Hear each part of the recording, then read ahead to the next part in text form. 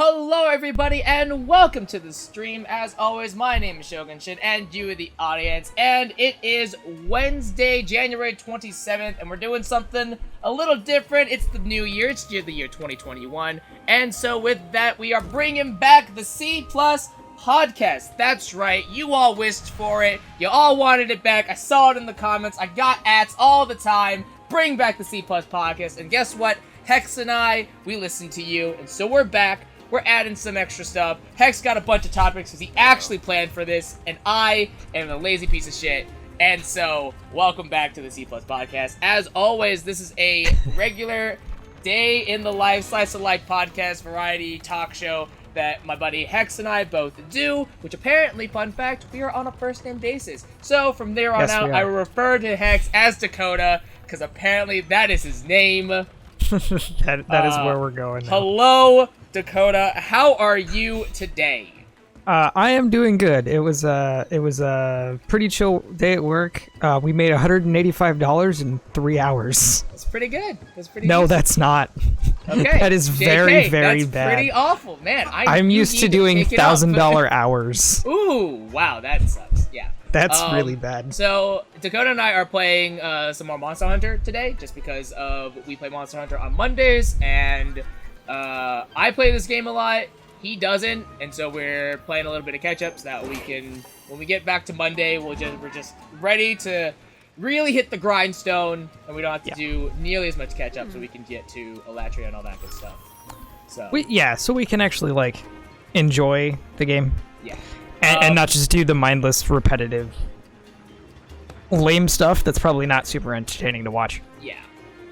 Also, both of us have our audio muted, so don't, like, freak out. I mean, he's not streaming. I'm streaming, but don't freak out if you can't hear the audio. I have it muted just because of this is a podcast, and the stuff that we're doing really isn't all that. Yeah, it's not going to be the most entertaining to watch. So it's like, whatever. We're just getting mantles and materials and junk. Really, this is just my attempt, so that way I can be like, don't listen to them, listen to me. I matter.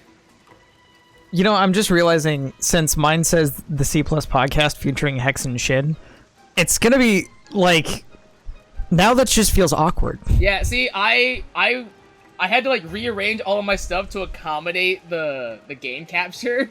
And I did too. Yeah, like, I should put the Hex featuring Hex and Shin back on. And then I'm like, you know what, I'm just gonna leave it out now. It's just the C+ podcast. It's just what it is now. Yeah. I was gonna do it, but it's like, I have my Kingdom Hearts font on, and I really like it, and I'm just like, screw it. I'm not gonna fix it. Whatever. It's all good. So, yeah. Alright, so, topics. You have them. I don't. I have some. Yeah. So, I'll think this is literally the one that I just thought of, or I just remembered, rather. And it's not even the first on my list. Konami Studios is shutting down a bunch of its departments. Oh, I thought you were going to say Konami is shutting down, and I'm like, no. Fuck them. Konami. Well, Konami's never going to go out of it. They're a multi-billion-dollar company, and most of their money comes from like, so shocked. I was like, Yu-Gi-Oh! What? Oh. Yeah. Never mind.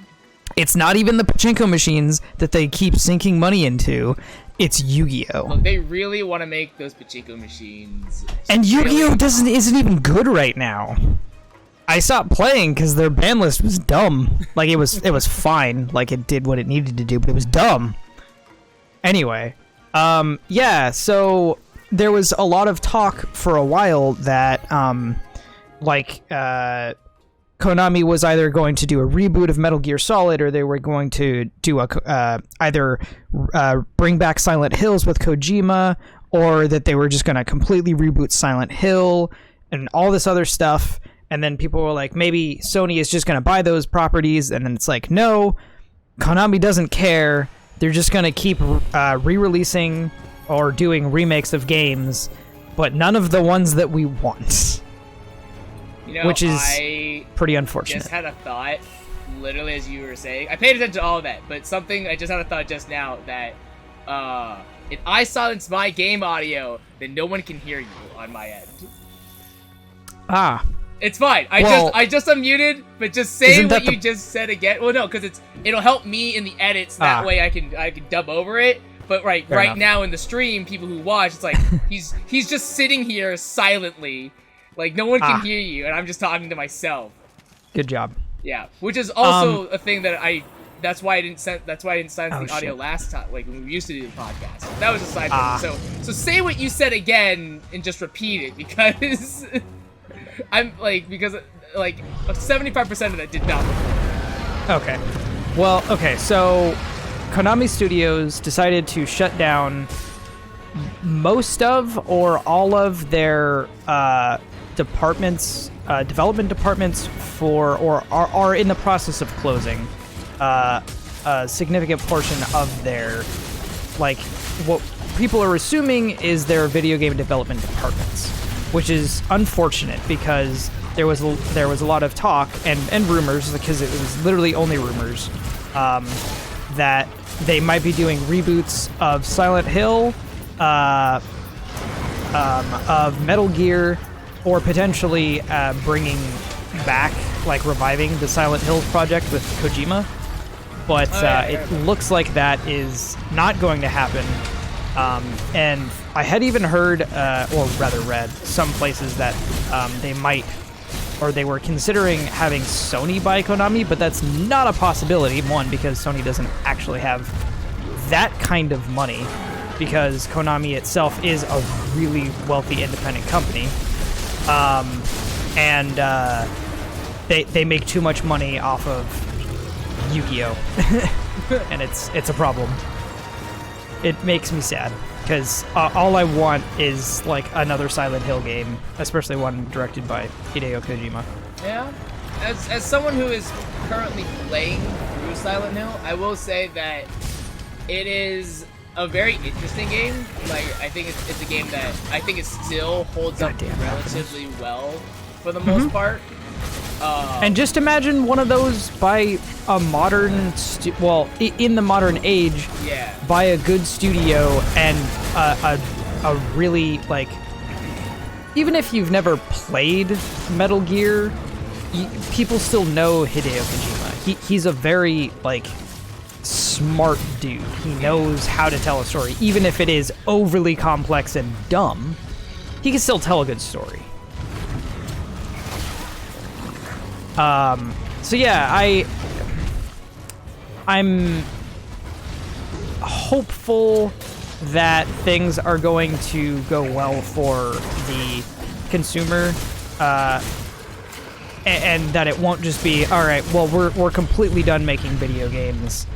That would be really sad, because some of my favorite horror franchise is a part of that, and, you know, some other really, really famous game series are a part of Konami, like Metal Gear, Castlevania, Contra. Really? Castlevania's part of Konami? Yeah. Yeah. I don't think I ever knew that. Konami owns a bunch of licenses to a bunch of really, really famous franchises, but they never used them. The last Castlevania game, like, I don't think it's like technically a mainline Castlevania, but the last one that I know of that wasn't a re-release was Castlevania Lords of Shadow 2, which came out on the 360. So if that tells you enough, or like one thing, that it's been quite a long time, because I believe that came out, I was probably a junior or a senior, so 2011, 2012. It's been about 10 years since a Castlevania game came out. I can't remember when Silent Hill Homecoming came out. I'm pretty sure I was a sophomore, so that was 2010. So it's been over 10 years since the Silent Hill game.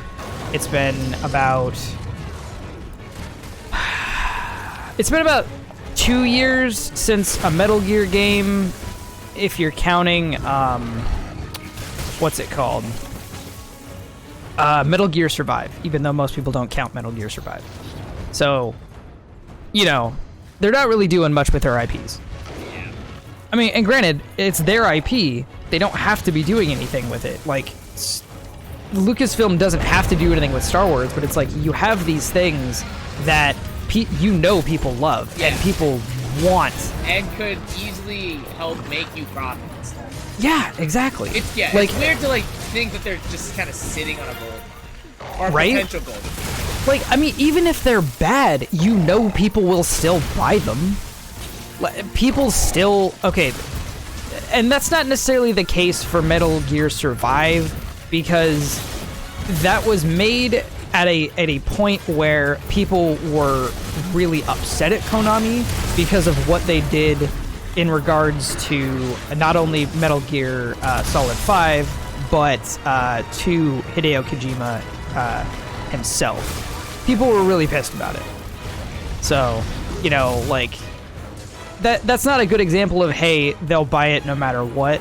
That was, no, they fucked up, and they deserved to not make money. But like you put out a Silent Hill game, people are still gonna buy it. I'm gonna buy it. I don't give a crap. I don't give a crap if it's terrible. I'm gonna buy it. Anyway, so yeah, that was. Oh, you got the tail. Yeah, that was kind of like that part of the news. It's. I'm hopeful because there's no way Konami's that dumb, but at the same time, they haven't shown me that they're not that dumb before. So, I don't know. We'll see. All right. Question. Let's say that you, through some weird turn of events, you are now the CEO of Konami. What? Actually, no. Let me rephrase that. Let's say that through a weird turn of events, you are the CEO of Konami for like a month. Whatever.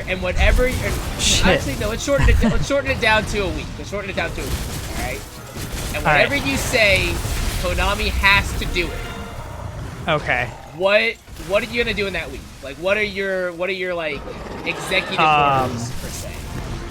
Well, first, it really would be to try and bridge a gap between Kojima Productions and you have a week to mend that relationship. Yeah, oh, to try and get that, like, and it's not like, hey, we're just gonna, okay, yeah. Anyway, I'm not gonna go too in depth.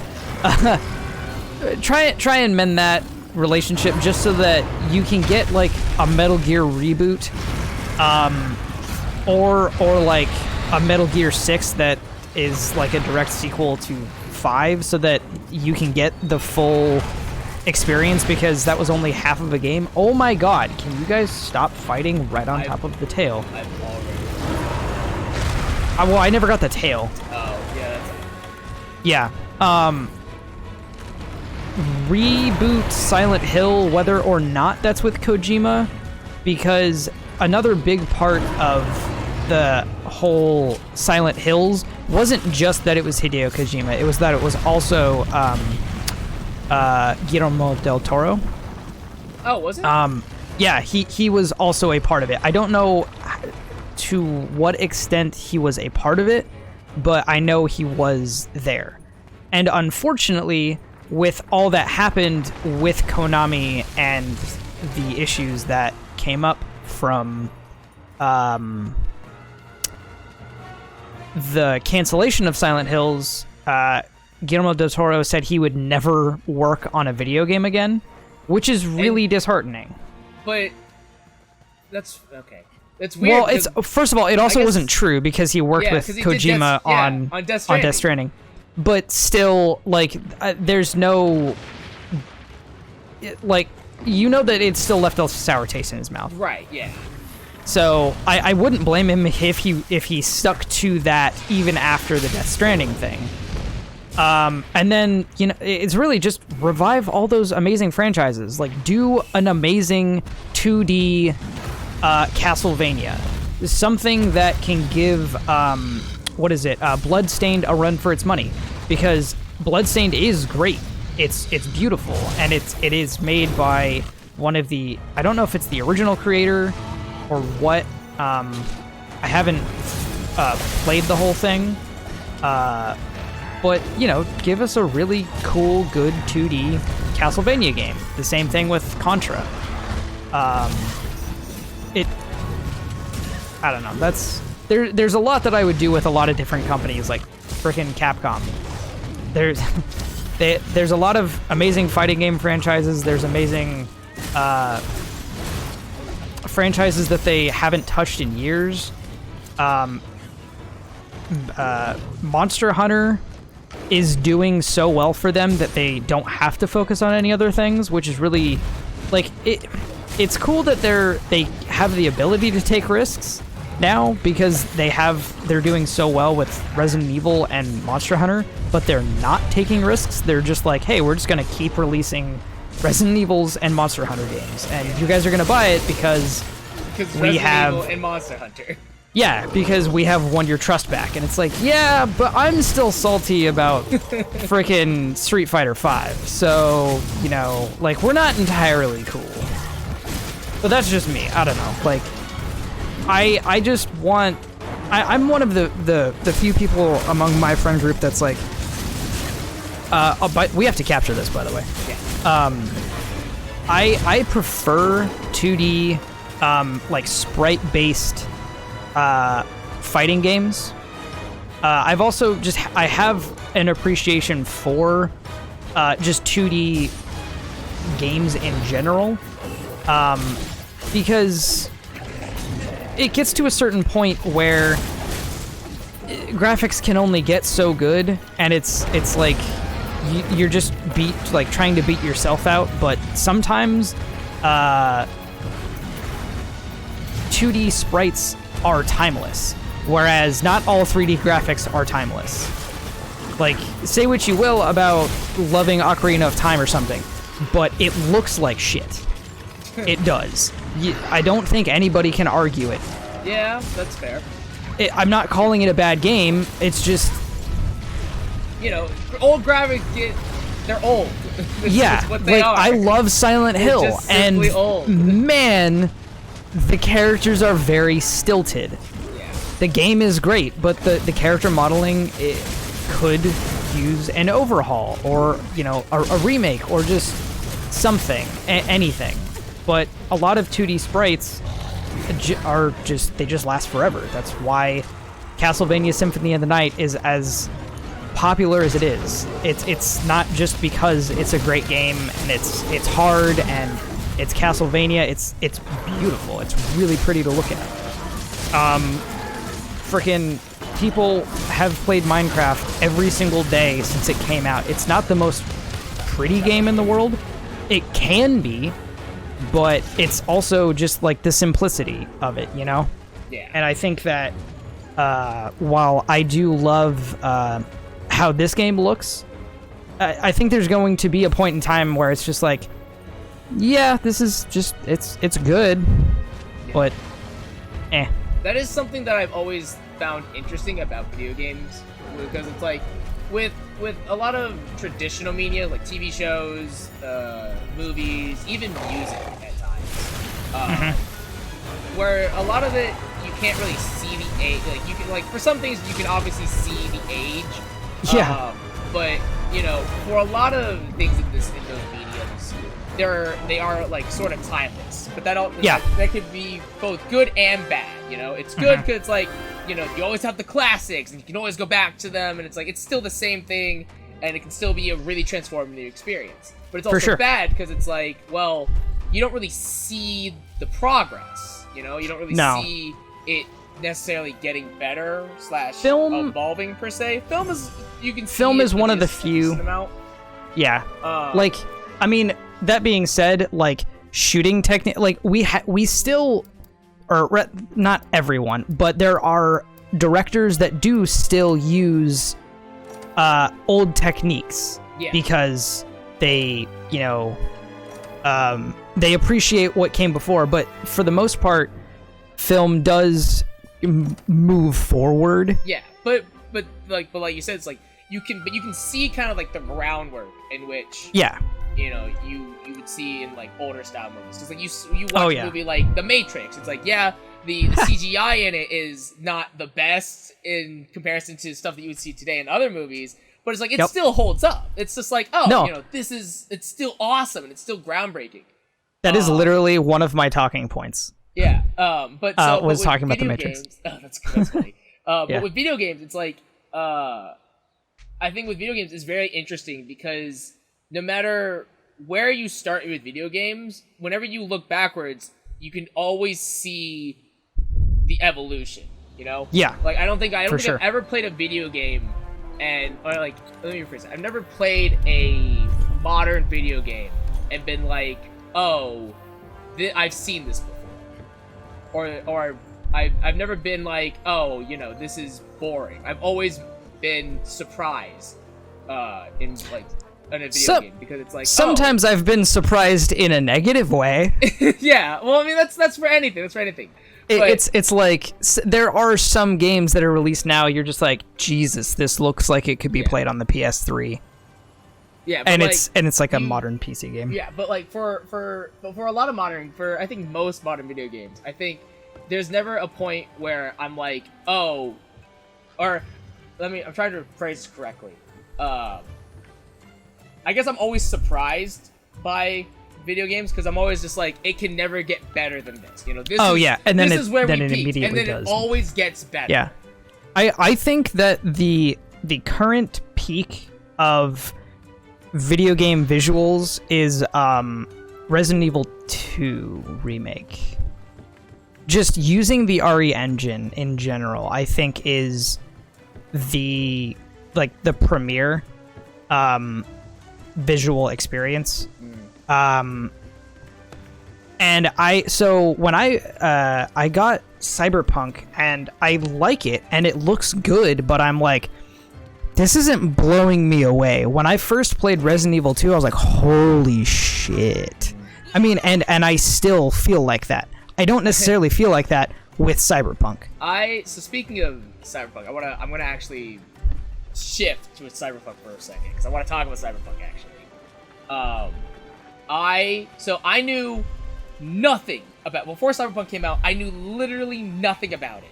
I knew same. that it was by CD Projekt Red, and but I was also like, everyone was like super hyped. It's like, oh, CD Projekt Red is making a new game, and it's called Cyberpunk, and it's awesome. And I'm like, one, what is it about? Two, who the fuck is CD Projekt Red? Because I had never played Witcher, and I never knew who the developers for Witcher was. So I was just like, I don't know anything about these people. That is exactly the experience that I had. And I was like, I knew who CD Projekt Red was, and I knew about The Witcher, but I'm like, do they have anything else? Any other sort of credentials? And people are like, no, they made The Witcher 3, and I'm like, didn't that game launch kind of terribly? I never played Witcher 3. Didn't that game yeah, it's amazing and it's one of the best Western action RPGs around now. It is crazy broken. I mean, but it's like Skyrim. Like it's heralded as amazing, but it's still flawed. Yeah. Like pretty damn flawed. And Cyberpunk is kind of the same way. It's good. I do like it. But there's a lot of problems with Cyberpunk, and I would like to talk about them. It's interesting, but Cyberpunk. I don't know what the fuck Cyberpunk even is. Yeah, I'm watching someone play Cyberpunk right now, and from what I understand of what Cyberpunk is, it's basically Fallout, but in the future. Yeah, well, it's literally just future Fallout, and I'm like, okay, I think I would like playing. It's future Fallout, but things are depressing in a different way. Yeah. It's not nuclear holocaust. It's drugs and pretty lights on AIDS. Yeah, it's really cool. I don't think you would be able to run the game. No.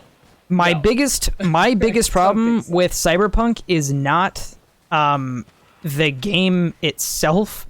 It's people's understanding, or rather lack of understanding of their own limitations and expectations. Because, I mean, and it's partially to do with people themselves, and it's also partially to do with the kind of shadiness of, I'm not going to say CD Projekt Red themselves, like the developers, but more so like the marketing and the higher ups, because most of the issues were a result of the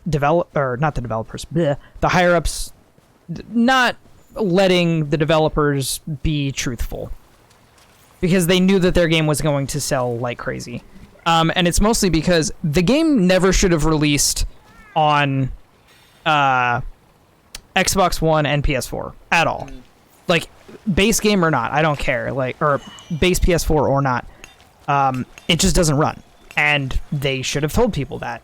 And they should have just delayed the game, or they should have made it PS5 exclusive. There were so many other things, and then people get it on their PCs and they can barely run it. And it's like, it's partially your own damn fault. Right, yeah.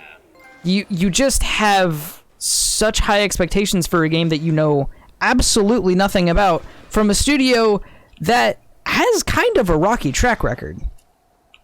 Like, they made a good game. They made a trilogy of okay games, because The Witcher 1 is alright. You can't play it on anything but PC. You can barely play it with a controller. The Witcher 2 is also one of those games where it's like, people like it. It has controller and port issues, and it needed to get fixed. And then there's The Witcher 3, which, when it came out, I remember people really not being super big fans, just because of the amount of issues. It's like Skyrim. But over time, people either have, like, beer goggles with the game because they enjoyed the experience so much, or I don't know. It's interesting. I will never it's a good forget when Cyberpunk came out, or a little while after Cyberpunk came out, I saw someone on Twitter tweet out of like, if you ever feel useless, just remember that there is an Xbox One. There's a Cyberpunk 2077 Xbox One that can't run Cyberpunk 2077. Right. And just know that that exists in the world. And I'm like, that's depressing. They did the same thing, or no, there wasn't a PS4. I think there's like a PS4 controller, and it's like, well, that's unfortunate. The game is good if you can play it, but you have to have a beefy computer. That's the number one thing you need to know. It's very fun. It has issues. So if you go into it knowing that, then you might have a good time. But you also, like, there's also the people who just get every new game or watch every new movie expecting it to blow them away and it to be their favorite game. And it's like, you also have to enjoy the kind of thing that they're going for, you know? Right, yeah. I was watching, or rather Emily was watching this YouTuber. His name is Crank Gameplays. Oh, yeah. And, Ethan. Yeah, Ethan, He was playing Stardew Valley, and somebody came into his chat and was like, hey, is this game worth it? And it's like, that's such a dumb question. Yeah. And it's not like, I don't mean to be insulting to people who ask that kind of question, because I understand why they ask it, but it's more of like, do you like farming simulators? Right, do you like crafting things? Yeah, because if you don't, you're not gonna like it. Yeah, I had a similar more than conversation likely. when, Nicole's with Animal Crossing. Yeah, she's slowly getting into playing more video games. She actually texted me, I want to say it was like a month ago, and she's like, I finally bought a video game for the first time by myself. Because she's the kind of person that she has really, really bad buyer's remorse. And that's like one of her biggest fears is just spending money on something that either she's not going to like or something that is completely worthless to her and like doesn't help her at all. It's understandable. I totally get it. the way that she buys games is if it doesn't have a demo, she won't buy it. She won't even consider it if it doesn't have a demo. I get that. I really do. There are games that I really wish had demos. I'm glad that they're kind of coming back. I wish that more studios would do them. Yeah, but so when Animal Crossing came out, she was considering about getting it, and she's like, "Do you think I would enjoy Animal Crossing?" And I've told this. I think I told this on the podcast or on stream at the very least beforehand. But she asked me like, do you think I would enjoy Animal Crossing? And I'm like, oh, well, ask yourself this: do you like collecting things? And she's like, no. I'm like, do you like building? Like, do you like creating furniture and like outfitting rooms? She goes, not really. And I'm like, then no. Yeah, this isn't gonna be for you. These are like the core gameplay mechanics of, and I'm like, do you like regular life of buying and selling things? She goes, not really. And I'm like, do you're you not like gonna capitalism? Like yeah. Do you like having loans? Do you like paying back the bank? Not gonna like Animal Crossing because that's literally what it is. But at the same time, where are these eggs? I don't know. Okay. But I was like, at the same time, I'm like, it's still worth, like, if you think you would enjoy it, then by all means buy it. If you don't like it, that's kind of just the risk that you have. Yeah. And I also had to tell her this, that because this is one of her first experiences in playing video games, there's gonna be growing pains. You're gonna not know what you're gonna like. Yeah, sure, you have some basic knowledge. Like, she really loves Tetris. She loves puzzles. She loves puzzles. Yeah, I was gonna say none of these can't think of anything translate else off the top of my head. to Animal Crossing at all. But I was like, and I'm like, but you're gonna need to figure out what other genres you like to play, and not everything has a demo. And just sometimes you buy a shit game, or sometimes you buy something that you don't like. I've bought a lot of shit games. It happens, and but I also buy shit games because they're shit games. Yeah. Yeah, but I'm just like, sometimes you're gonna buy a game that you waste $60 on, and everyone else gonna likes, suck. but you're not gonna like it. And yeah, I'm like, that's just how it is. That's the way it works. That's how I felt about this game. Yeah, and I told her, I was like, if you're really that on the fence about it, then just wait until it goes on sale.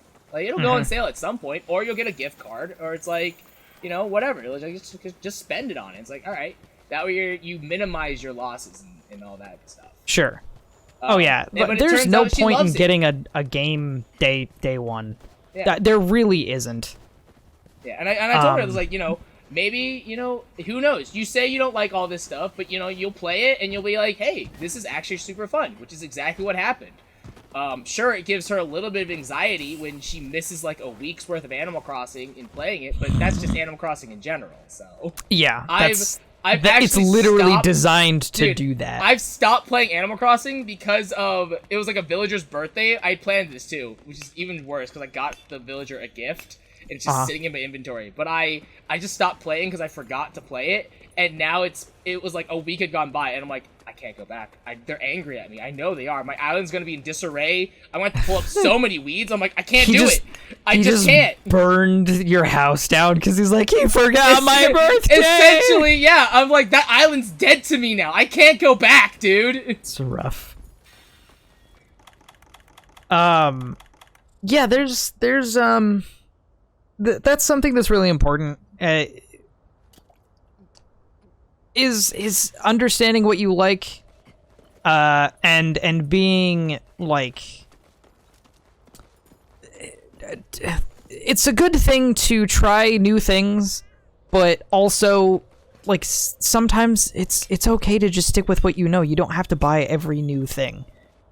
I wasn't entirely sure about Cyberpunk when I got it, and I pre-ordered it because I got sold into the hype train. But I also know that I like some open world action RPGs. I don't like all of them. Sometimes I feel like open world games can be a little too daunting, or just too open. Like, there's just too much to do, but things feel trivial. And I was really pleasantly surprised with playing it. When I first played Silent Hill, or Silent Hill 2, I can't honestly tell you why, because I don't have nostalgia for the game. I hadn't played it until I streamed it a year ago, but I spent all this money to get a copy because I knew it was popular. Now, I didn't have to force myself to like it, because I had a feeling I would be really into it, but I'm not a horror game player. Like, I never have been, but I did really like it. I don't know if I just got lucky or what, but that's one of the other risks that people should take, I think, is experimenting. And I hope that you are enjoying Silent Hill, because I know that it's in a genre of games that I know that you really don't do. And it's not necessarily like the gameplay that is the biggest part of it. It's the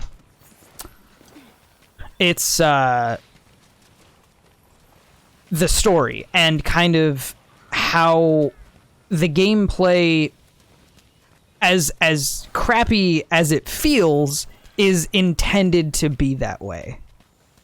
I think there's a lot of people who have a really negative stigma about like tank control games or things with like fixed cameras, and it's like, well, one, there were hardware limitations back in the day, and two, things were designed to give you anxiety. You're not necessarily supposed to be enjoying the experience. And I think that Silent Hill honestly does that better than any other horror game. I would agree. It's I think while I can't say that I have fun playing Silent Hill, I know that having fun is not the goal of playing Silent Hill. No, the goal of Silent you are Hill not supposed to enjoy your experience. You're not supposed to have fun or enjoy yourself. No, the point of Silent Hill is to be scared and tell a good story. And tell a very compelling story, yeah. And it does that very well, I will say. Mm-hmm. I think the if I had to give Silent Hill like a review in one sentence, the best thing I would say is, I hate it, but I also love it at the same time. Yeah, I mean, I just flat out love it because it really doesn't bother me. I'm used to body horror. I'm used to like really gross, grotesque stuff. So I'm like, dude, I'm all for it. Like this. Oh no. No. This will get attacked. I dropped it. Oh, that's a shame. You're gonna have to go get a new one. I know. I ran out of stamina. Oh, that's a shame. Fuck. It's fine. I got one. At least we're halfway there. God damn it. Anyway, yeah. Well, and the whole body horror aspect. Body horror? Emily's saying that it doesn't sound like I'm saying what I'm saying. Does she think you're saying body whore? Yeah. Wouldn't that just be a whore in general? I guess. I guess a body whore. If I had to say what a body whore was, it'd probably be like a really, for someone who's like really into athleticism, right? Yeah. It'd probably be like a really toxic bodybuilder, like someone who judges you on your physical fitness. Yeah. Or someone who's like a gym bro and be like, oh man, you do those lats, like you gotta work on their gains, bro. A bunch of my friends from high school, yeah. Dude, that really is a bunch of my friends, or my old friends. I knew definitely don't revolve in that circle anymore. I knew a guy in high school who, I'll admit he was not the smartest guy in the world. I don't want to say his name just because I doubt he'd ever see this. Just call him Jim. Jim, yeah. His name Unless his actual name is Jim. His actual name wasn't Jim. His actual name was not Jim. But I remember having a conversation with him. He was in my biology class. And I remember it was me, my friend Dalton, Jim, and a classmate of ours who was friends with Jim. Okay, I'll say his name is Joe. Okay. But I don't even remember exactly what we were talking about. I think so Dalton, he really likes philosophy, and he really likes talking about philosophy and stuff like that. And I forget what we were talking about specifically, but I know we were talking about something philosophical, and I think we got to the subject of, risks and taking... Here, I'll protect you. Thank we you. got into the topic of, taking risks and, understanding your limits and all that stuff. And I remember Dalton saying something along the lines of, a double-edged sword. Because we said something, and it's it's like a double-edged sword, And obviously, for the non-philosophy people who listen to this and are wondering what a double-edged sword is, it's, it's something that you take a risk, and it can come back to bite you. It can come back to bite you, You run the risk of it not paying off, but at the same time, if it does pay off, then it's completely worth it, Yeah. And I remember Dalton's so it's like a double-edged sword. It's just like an actual double-edged sword, the sword has two edges, so you can cut yourself, but you can also cut your opponent. And the reason I say that is because I remember Dalton said this, and Jim goes, exactly, a double-edged sword is just super, super sharp, and it can hurt you really bad if you stab yourself with it. And we're like, that's not what I think he got the point, but at the same time, I don't think he got the point.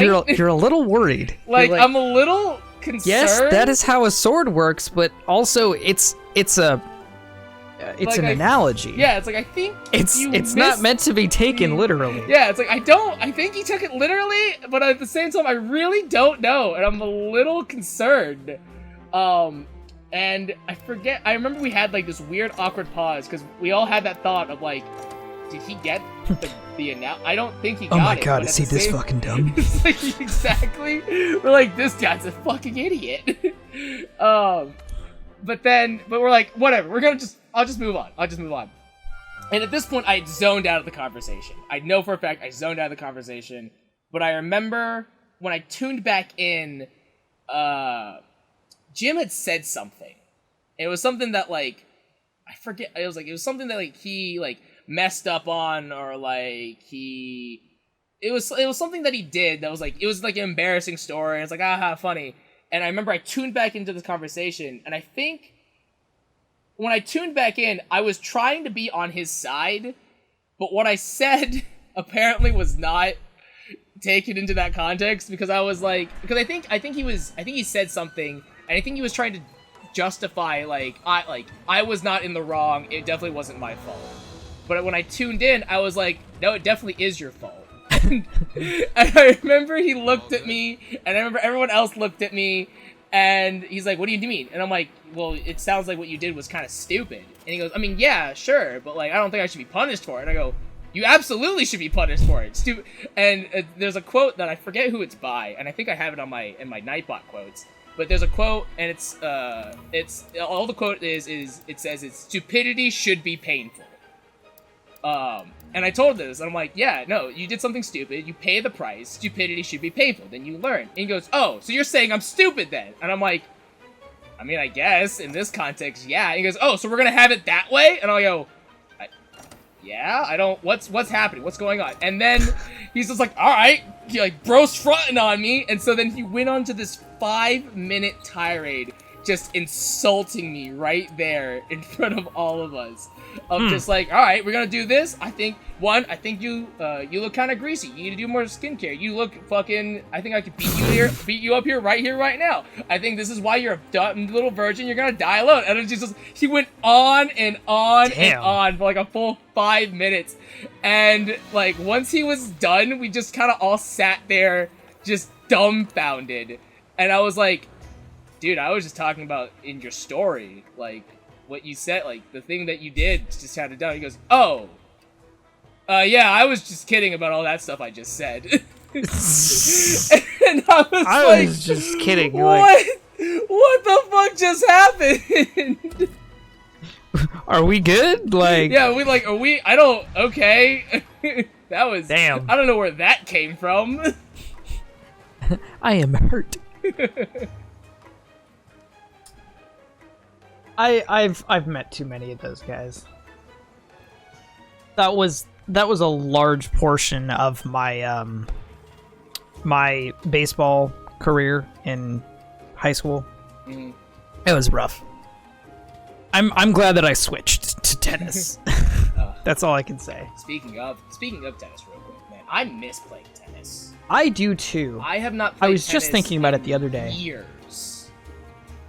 Literal years, and I miss it so bad, actually. It's so good. I think it's partially because it was a sport that I was actually relatively decent at, but it's also, like, it's just, like, I'm just unathletic now.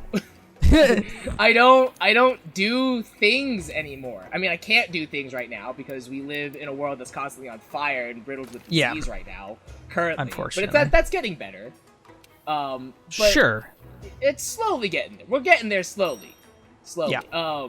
In the words of Phil DeFranco, who's a news YouTuber that I follow a lot, we're slowly getting to the point where I don't have to be forced to be an introvert. Yeah. That's nice. Like that's where we're slowly getting back to again, which is like, all right, that's cool. But yeah, no, I miss playing tennis, and I miss doing actually doing athletics, which is something I don't think I ever would have thought I would say ever again. Speaking though of athletics, do you ever play racquetball? No. Tried to get it. Well, I wanted to get into it because it was at the gym that I went to, but I just never did. Oh, racquetball's so much fun. It's basically just indoor tennis, or like it looks terrifying. Yeah, no, I've watched people play. Like, I have a pretty good understanding of how everything works. I've just never actually played it. Yeah, I actually one of the first times I ever played racquetball was with a friend of mine. And he loves playing racquetball. But I remember we played one day, like, I think it was either after school or it was on the weekend or something like that. And I remember one of the biggest reasons, like, he always tried to get me to play racquetball. And I'm like, I see where you're coming, and I know for a fact I would love to play it. Like, if I played it, I know I would love it. But I have an irrational fear of getting beamed in the head with a ball. Because, and you might say that is an irrational fear. Even I would say that's an irrational fear. But I would also argue that my fear is very well founded, because literally in every sport I have ever played, I've always been hit in the face with the ball. I don't want to get hurted.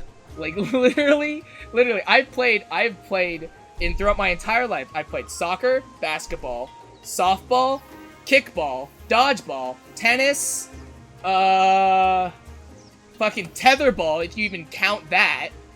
Oh, any sport that involves that. a ball, any sport that involves some sort of ball or object, I have been hit in the face with it. And not like, oh, that was an accident, like, full on, I've suffered injury.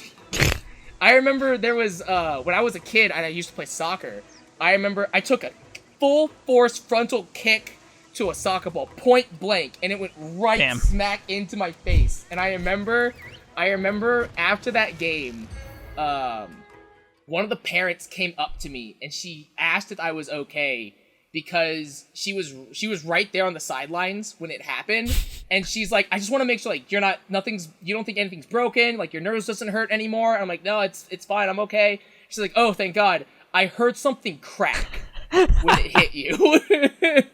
and that just made me more concerned. I was like, well, now I'm just afraid. All right, neither of us made it. Nope. Good. But yeah. But so back to me and my friend were playing racquetball. I had this huge fear of getting hit in the face, or just being domed in the skull with the racquetball ball. And I remember we played, and oddly enough, I didn't get hit, but he did. And the way he got hit was I went to hit the ball, and I sent it flying straight into the back of his head. Oh, nice. Yeah, I did the same thing. By accident. I felt so bad. I did the same thing to my doubles partner. In tennis. Oh, I hate playing doubles. I like playing doubles, but I was I was not a good server. That was the one thing I could not do was serve. I just didn't practice it enough. Once I stopped playing tennis like competitively is when I actually learned how to serve, which really sucks. That's unfortunate. Yeah, because I could honestly probably go out and actually serve pretty damn well right now, but I definitely wouldn't be able to volley like I used to backhand and like to have the strength of my backhand that it was and the amount of topspin that I was able to put on a ball by the baseline. Like I couldn't do any of that. I could probably serve a ball pretty well. So that's kind of shitty. And I remember when I was a kid, well, not when I was in high school, we had a guy on our tennis team. His name was Sam Brother. I'll say his last name. He was really good at tennis. I wanna like if I ever was gonna say that there was a guy that could go pro, he was the guy that was like, dude, I could see him actually playing pro, like 100%. He was super good at tennis, and he took it very seriously. But he wasn't like a complete dick about it, which was really nice. He was a little cocky, I'll admit, but at the same time, it was well founded. He had the skills to back it up, and it's like, all right, like I can understand it. But I remember looking up to him because he always had a serve that could like he could go through the fence. Like you ever like serve a ball and like it can get stuck in the fence or like just like pops through one of the holes. Like he can. Yeah, do that I've all definitely the done time. that before. Yeah. And like, but I remember throughout my entire high school career, I could never do it. And it was like, I think there was one day I was just serving randomly. This was like after I graduated. And I did it like for the first time. And I remember it was like, I felt like a kid on like, I don't even know how you would describe it. Like, I was like a kid getting his own first home run. Like, that's how I felt. I was like, I fucking did it! I'm peaked! Now I'm going to Disney World! I never got a home run as long as I played baseball. But that was not the point of me. I was not designed for that. I was a small dude. I didn't want to hit a home run. I didn't even want to hit a double. I fucking hated running. The whole point was for me to get on first. Which is weird that you hate running and yet you picked to play tennis, which is essentially all running in a It is all running, but in all honesty, most people don't know how to hit balls from side to side. It's true. So, like, if you just get into a rally, at least with the people that I played against, you were pretty much just standing in one spot. People didn't want to hit the ball because that means that they would also have to move. So it was basically just a dick waving contest of who could hit the ball harder. That's so funny, dude. No, my high school tennis team. Oh no, we were strategic about it. We were not cutthroat, but like we played to win. We definitely played to win. And it's like if you saw someone who was like that, if you had first against us, we would have annihilated you. Not because we're better, but it's because we would have made you suffer. Like, I did. You're either gonna that to lose other against people. us, or you're gonna win and be really fucking tired.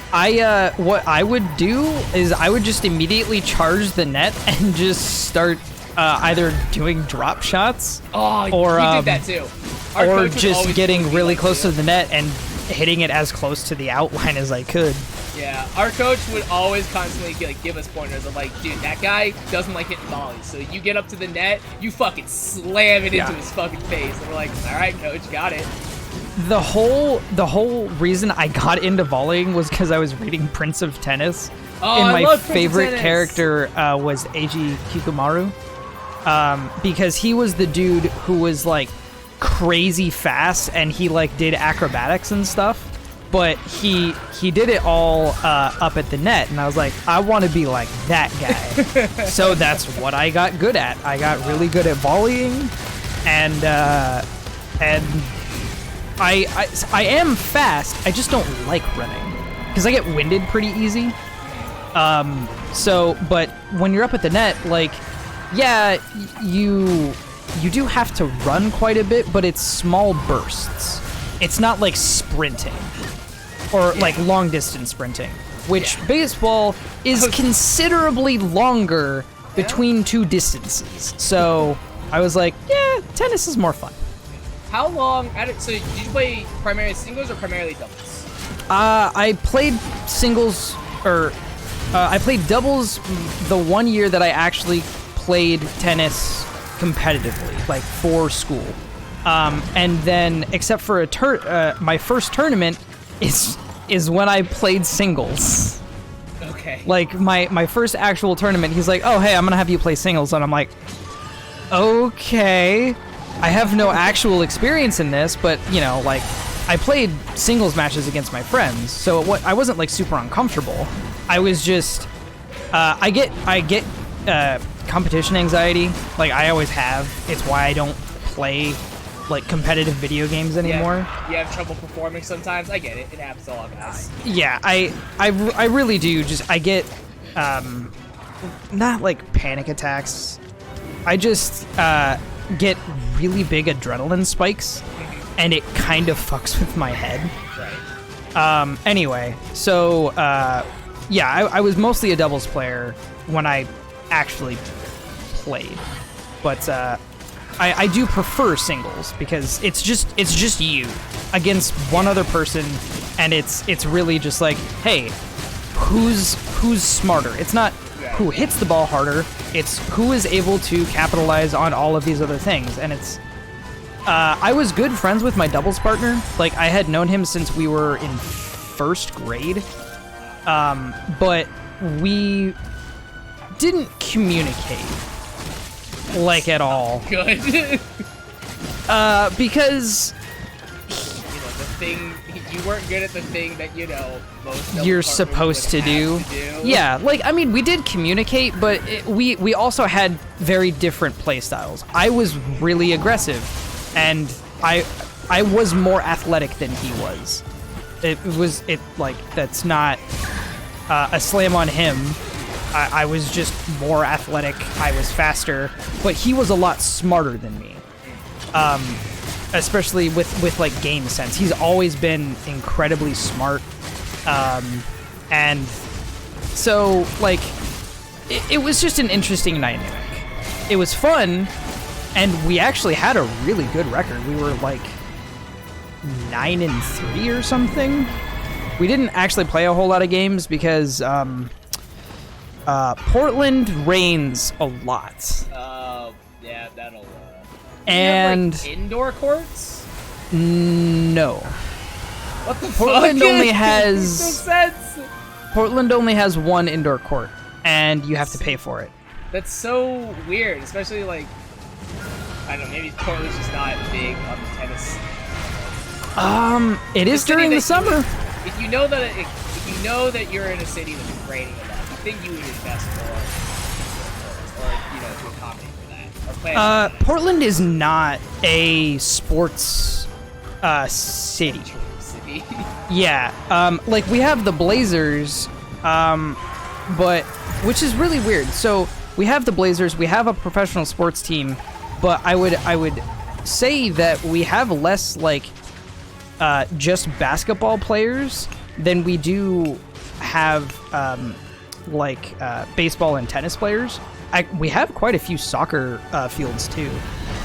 But the basketball courts are usually not as well filled as these other parks are during the summer. And there aren't a whole lot of indoor facilities to do any of these things in because we're not geared for that. We're a very, go outside city, but it's like, don't go outside, it's raining.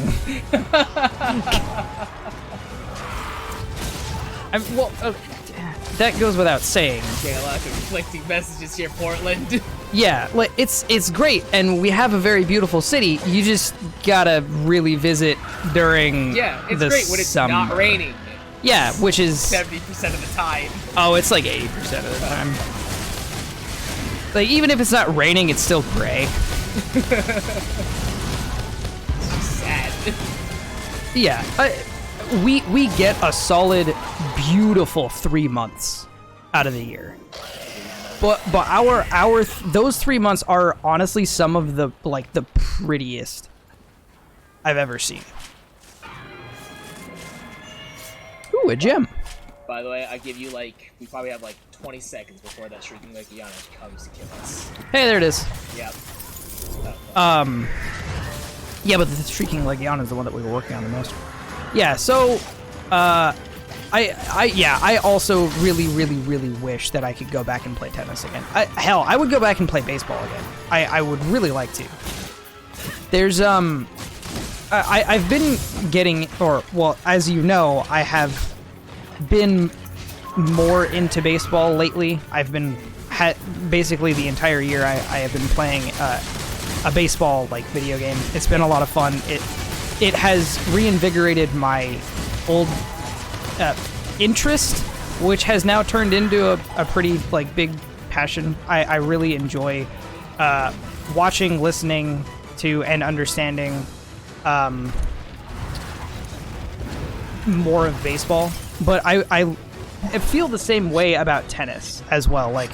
I want to go back and kind of get into more matches, but unfortunately a lot of the guys that I watch don't play anymore, are really old, or are sick. And it really sucks. Damn. Yeah. Actually, speaking of baseball, one of my topics was, and I wanted to pose some questions to you in regards to how you would feel about, Jesus, leave me alone, cheaters in regards to sports. Okay. Using performance enhancing drugs. So this year, first of all, do you know who Barry Bonds is? Yes. What do you know about Barry Bonds aside from his name? I know that he is a famous baseball player. Mm-hmm. At least I think it's baseball. Yes. I feel like he hit a lot of home runs. He hit the most home runs. Okay, yeah, that's what I thought. It was I thought he hit Ever. a lot, the most home runs. Yes. I feel like the next thing you're going to tell me is that he was doping. Oh yeah, he was. Sort. Yes. Which is kind of sad. It is sad, but I don't know if I necessarily have a hot take or not. So this year, or for the past few years, he has been on the Hall of Fame ballot, right? To enshrine him internally with honors and all this stuff. But he got this record by cheating. So, and there's, I think that no matter what, he deserves the award, because yes, he cheated, but it was during a time when a not inconsiderable portion of the player base was cheating. That doesn't make it okay, and he did serve punishments and fines and all this stuff for that. But I think that during the time, he still managed to break the record by a lot and do a lot of other things. And what my boss and I were talking about, because we actually agree on this, is that he was still a good guy. He was still a great player even before he started cheating. He just got better. And it is unfortunate. There are a lot of guys who were not cheating, who probably don't have who aren't justly recognized for the accomplishments that would have been had these people not been cheating, you know? They were either completely overshadowed, or were maybe some pitchers would have been better if the batters hadn't been juicing, you know? Right. But I mean, granted, everybody was juicing. It wasn't just batters. There were pitchers too. There was everybody. Because Oddly, this year, I feel like oddly enough, like doing drugs at that time was normal. yeah, exactly, and that's why I'm like, is it shitty? Yeah, but Is it really so cheating many if people were everybody's doing cheating? it. Exactly, and they still did amazing. Because there were people who cheated that didn't do amazing. And lost. Yeah, exactly. If you lose while you're cheating, it's like, what's the point? Well, Honestly, I mean, what's and the point at that point? Barry Bonds, he has the most home runs of anyone in the world, and no one is ever going to be able to break his record unless they also cheated. It's not. I do not believe it is possible. Because he played for 22 years. That's not a thing that people do anymore. Yeah. Because people's bodies break down so much faster because the game is in a different place than it ever used to be. And that's one thing that you also have to consider is careers are much shorter, like in all sports nowadays, because people just blow themselves up.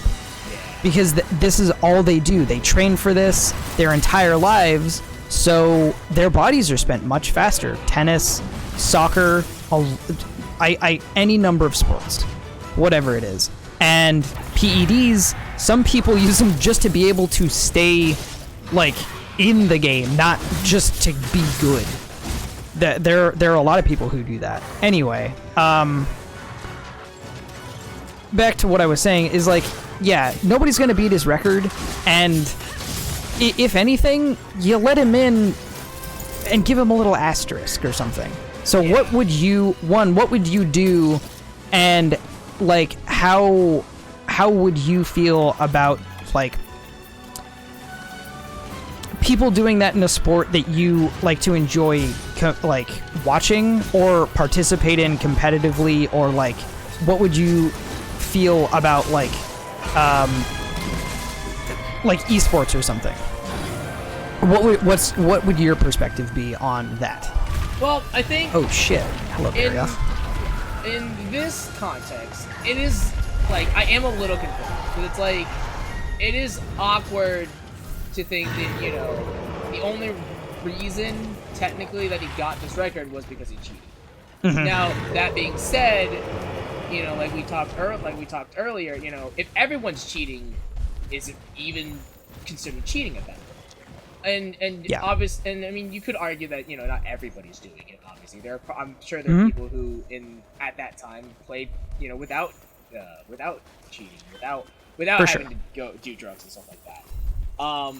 And I think with the way that I see it, it's like I would say that I think I would be okay with, you know, letting him into the Hall of Fame and putting like an asterisk there of like, hey, he did drugs, yeah, or something like that. But at the same time, it's like, I think I would be okay with it. Like, I would compromise and be like, sure, that's fine. But, you know, without compromising, I would actually probably argue that it's like, no, like it's not okay. Like it honestly just doesn't sit right with me. Because again, it's just like, yeah, everyone else was doing it, but at the same time, it's like, if that's the reason he got it, and it's like, I don't know. It's still just not fair for the people who, you know, who didn't, you know. Sure. Like you said, I'm sure there are other people who were overshadowed because of this, and it's like, well, you know, if he hadn't done drugs and stuff like that, you know, would he have gotten this record? It's that huge what if, you know. There's no way. Yeah. There's no way he would have got the record had he not done drugs.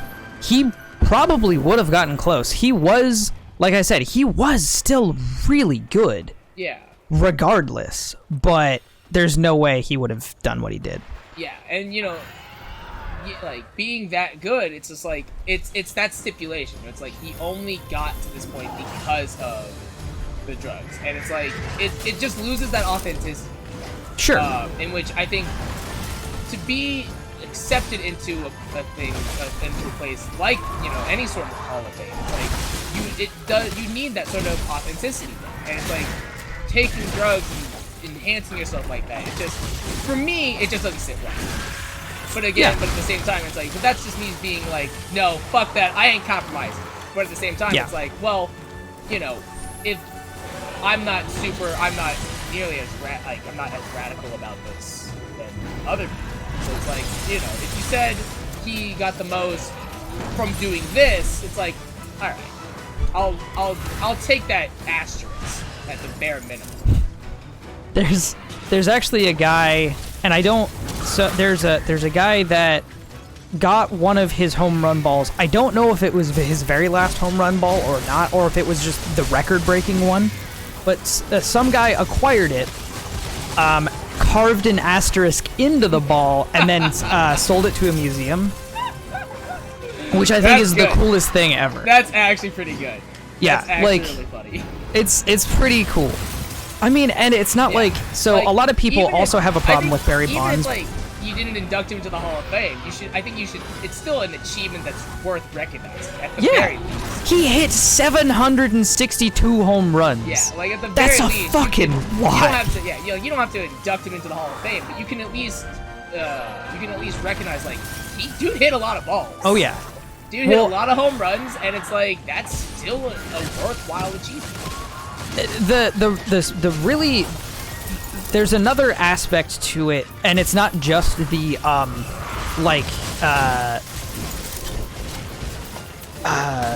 it's not just the PEDs thing. It's not just the drugs. People didn't like him because he was a dick. Well, yeah. But like, and that's something that is also another point about the Hall of Fame ballot this year.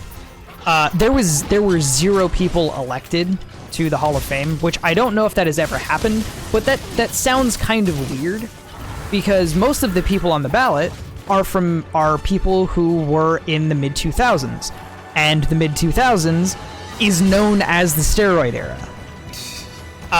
Because so many people were doing it, and a lot of people who are on the Hall of Fame ballot did steroids. We know they did. No one got elected this year because people are like, oh, hey, steroids is bad. But there's also some people hey, who are like... steroids are bad. Fun fact. Some people were like, they were not voted for because of, like, political reasons or just like, hey, I don't like you because you're a dick. And it's like, my other opinion, aside from the PEDs thing, is it's about baseball. Were they good at baseball? Okay, then let them get in. Like, your personal feelings about how this person thinks and feels shouldn't necessarily be brought into account. There is a very vocal player who was also not elected to the Hall of Fame. His name is Curt Schilling. He has said a lot of very, very terrible things. He has said some very offensive things about transgender people. He has said very offensive things about the gay community. He supported the Capitol riots and many other things. I don't have all the information. I know that a lot of people don't like him. But he is one of, if not the best postseason pitcher of all time. I may not like him, but I think he deserves to be in the Hall of Fame. And it's purely because it's about the sport. It's not about who the guy is, you know? And I think that works with a lot of things. Like, if you know Joe McEnroe, he was a fucking asshole. He is famous for being an asshole. He's famous for being an asshole who was very, very, very good at tennis. But he's more than anything, you know that Joe McEnroe is a dick. And I don't know if there's a tennis Hall of Fame, at least to the level that there is I'm sure baseball. Well, maybe But hell, the dude would definitely get in.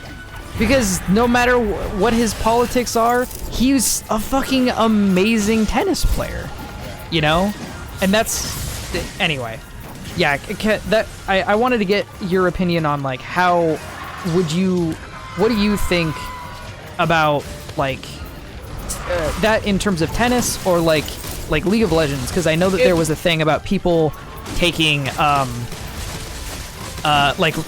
not Ritalin. Not Ritalin. No, I feel like I know what you're talking about. It's Adderall.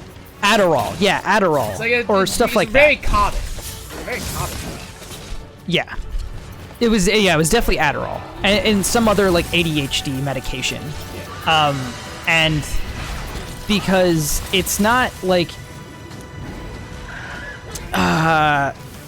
video game sports are very, very different in terms of in regards to esports, that's a very different like kind of answer, just because of like this will sound like I'm kind of discrediting esports, but I'm not, because esports are, in my eyes, esports are sports.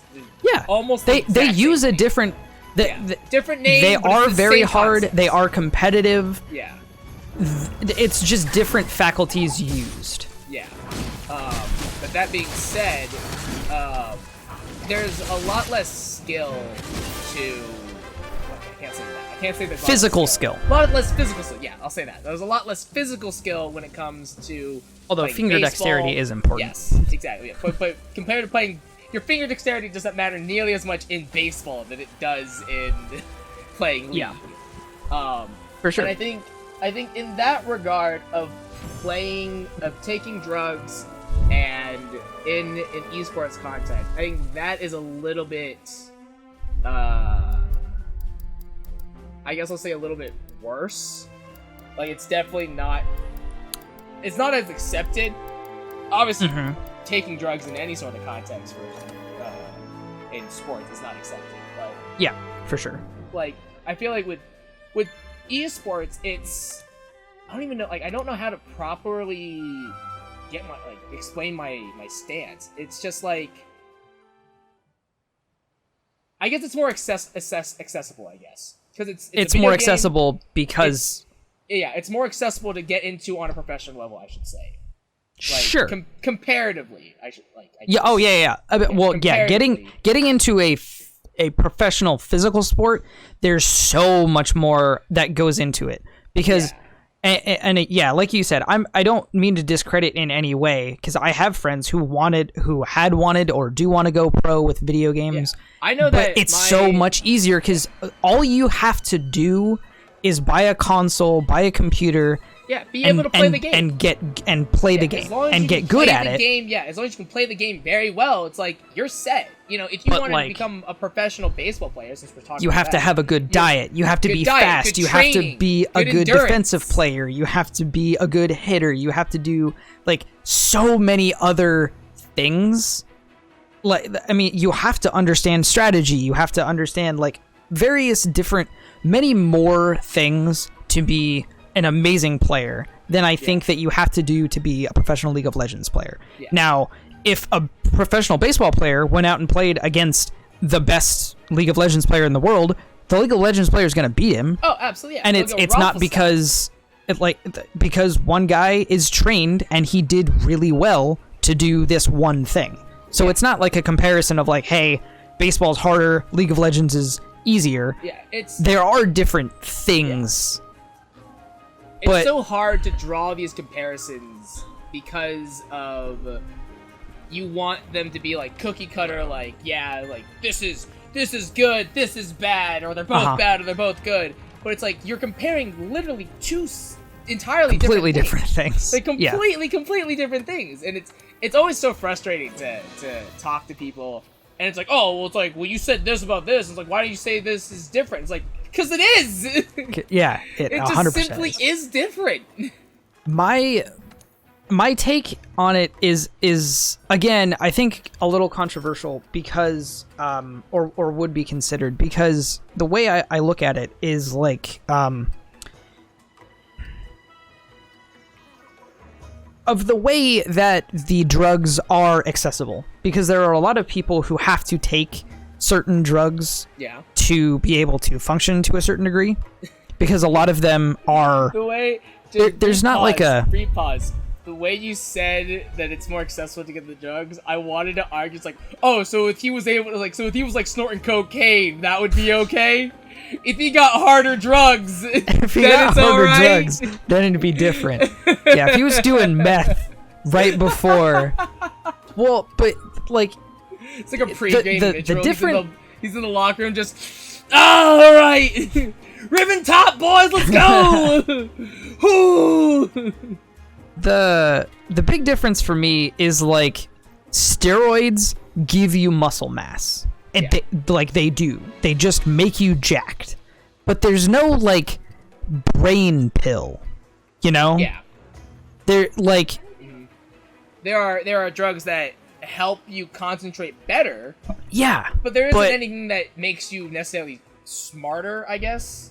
Yeah, like there's nothing that will just like make you the world's best fucking StarCraft 2 player because you can see 50 moves ahead of your opponent. Like that's not a thing. Yeah. I mean, and like on top of even if you could do that mentally, what's that one movie? You don't. What's that one movie that's like you only use like 15% of your brain, you take the drug, you use all of it. It's like Limitless. Limitless, yeah. There's no. That was kind of drug. my idea. Is like there's no limitless drug.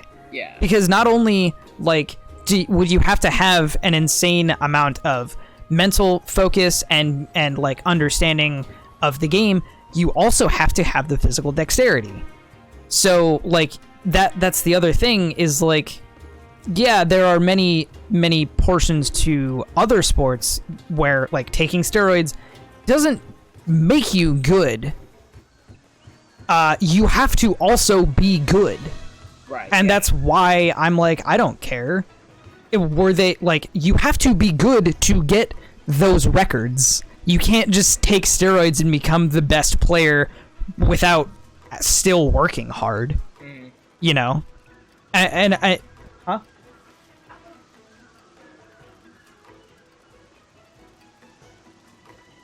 I think it's stupid. That first... We want to have Emily on as a guest speaker in the podcast. Stupid. If anything, it's just... Here, get her close to the mic. Let's have Emily come on as a special guest. She just thinks that it's dumb that you like because of the way that people feel about like using steroids or even Adderall or stuff for like competitions that are such strict regulations in regards to like testing, like for school. Like, you can't have food or drinks or whatever. Oh. And it's like, there are things, like, those are completely different. Because you aren't competing against other people. You know, it's a test for you. And the whole thing is, like, are you able to stay concentrated enough to remember the material? You know, like... Yeah. You don't do a P test before you take a test. Well, sometimes you do, but not often. Imagine sitting down to take like the SAT and it's like, all right, everybody, here is your blue book for your essay for your SAT and also your P cup. Yeah. Please submit all the materials before the time limit is up. And your blue book, you have the blue book, your orange juice, your peppermint, and then a P cup. It's interesting. Those are that would be hilarious. The resources that you would have to do. All of my friends would have failed. I had a friend ask me for my P when I was a senior, and I was like, "Are you serious?" For what? He's like, "Yeah." I don't remember. Either he was trying to get a job or his mom was doing P tests for him. I was like, speaking of that, actually, that reminds me of, I knew a guy in high school. I definitely can't say his name because it's a bad story. So I'm gonna say his name was John. Okay. We have John and Jim. We had John and Jim. So John, he used to smoke weed. Alright? And in the state of Ohio, recreational marijuana is not smiled upon. Is very, very not illegal. Good way. And this was back in high school, so it's super not okay. But Damn he it. did it, and his mom, I don't know if she's still a teacher, but at the time she was a teacher. She was a middle school teacher. I actually had her in middle school. She was a great teacher. Loved her. She was awesome. But that's not the point. But, so, I guess John's mom suspected John of smoking weed and made him take a urinary drug test to find out. And obviously, the test came back positive. But the problem is that John's parents actually didn't know how to read the test. Like, they got the results back, and because it doesn't, like, tell you, yes, your son is smoking weed and is the devil. It doesn't just say that outright. And so she didn't, like, understand, like, I don't know what happened. But I guess they read the report wrong, basically. And they read it as it was negative, so he obviously wasn't smoking weed. So now, John was in this, like, weird catch-22 of, if he stops smoking weed, then his parents are going to think that he's smoking weed. So he has to keep smoking weed in order to have the test come up negative, quote-unquote. Oh my god, that's good. And he was, like, trapped in this cycle of, like, I don't know what to do, man. I want to stop doing it, but I can't. It's hilarious. That is actually amazing. It was just like, I remember he told me the story, and I'm like, I don't know how to help you, but I just can't help but laugh. When my friend asked me, like, I didn't know, like, I had never been, or at least I had never knowingly been around marijuana. I have been around it my entire life because my dad has done it since before I was born. He has done it almost every day since I was born. I found out. It's hilarious. Anyway, when my friend asked me, I was like, how are you gonna get my pee? He's like, well, just bring it to me. And I'm like, how? Well, just bring it to me. Just put it in a little... Just put it in a little plastic sandwich baggie. I was like, and just put it in my backpack. Like, I'm just gonna give you this baggie of apple juice, and everyone's gonna think that's normal. I'm like, what? I think he offered me like $100 or something. I'm like, I don't know, dude. So I never did it because I had no idea how the hell to even transport it. Well, that's a shame. Or like how to even like contain it. That's a fucking shame right there. I've only had to take one drug test because for the most part places don't drug test in Oregon anymore. For the most part. Oh my god. I'm crying right now. It's so funny. Huh? Target. Because it wasn't legal then.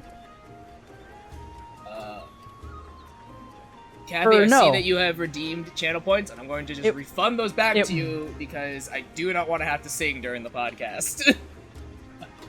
I'm just going to go on record and say that while we're doing the podcast, I'm going to probably pause all channel point redemptions for the podcast.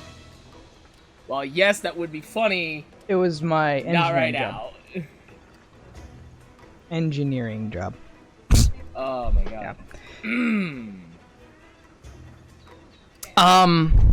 Chat's trying to redeem channel points. I heard. And I'm like, no, please. I need to actually do the podcast. So one of the other topics that I wanted to talk about was, funnily enough, exactly something that you brought up, and that was the Matrix. Okay.